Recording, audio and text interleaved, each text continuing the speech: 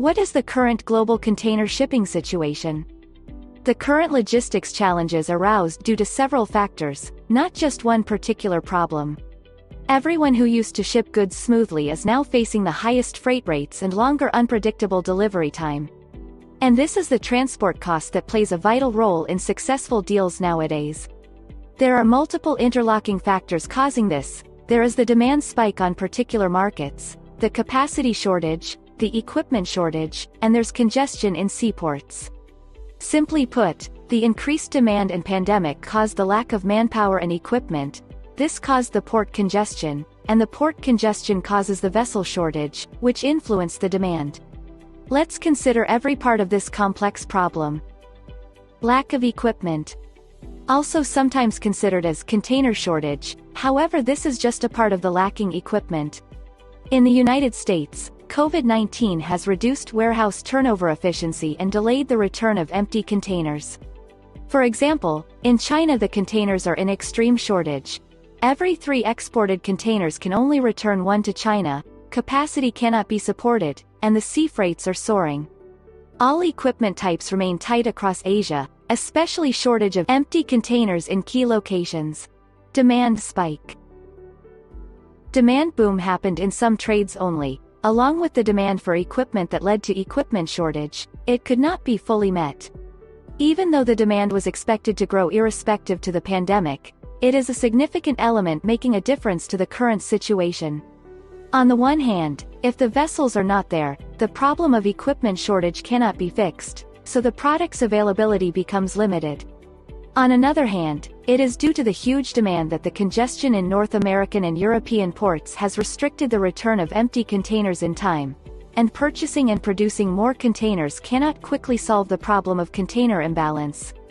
Market players would probably better adapt to deal with the current supply and demand situation as something that is not going to go away overnight. Vessel shortage.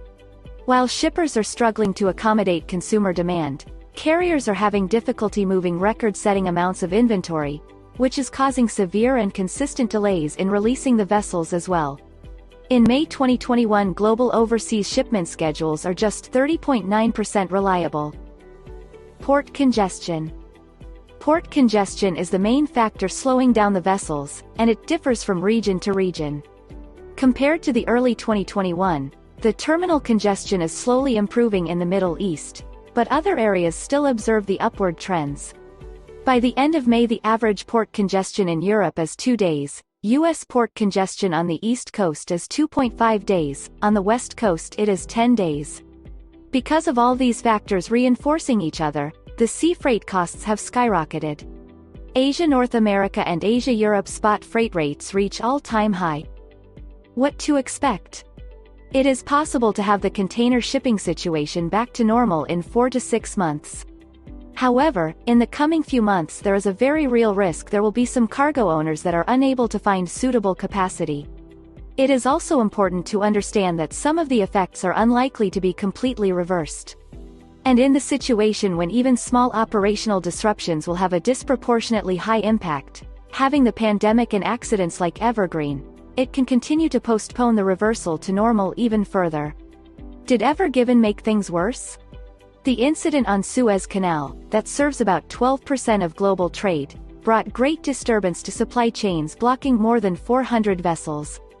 Even though the route is open again and the traffic resumed, the bottleneck effect is ongoing and will have long-term consequences, causing more delays of future shipments. More delays potentially mean higher costs as well. While it is unlikely to have a greater effect on the USA, the European and Asian markets are the ones to be most affected. What to do? Depending on the type of company you have, different types of procurement strategies involving short, medium or long-term contracts with forwarders would work. In all cases, shippers should consider booking as early as possible 3 to 4 weeks in advance and get internally aligned on what is it that is actually happening in the market.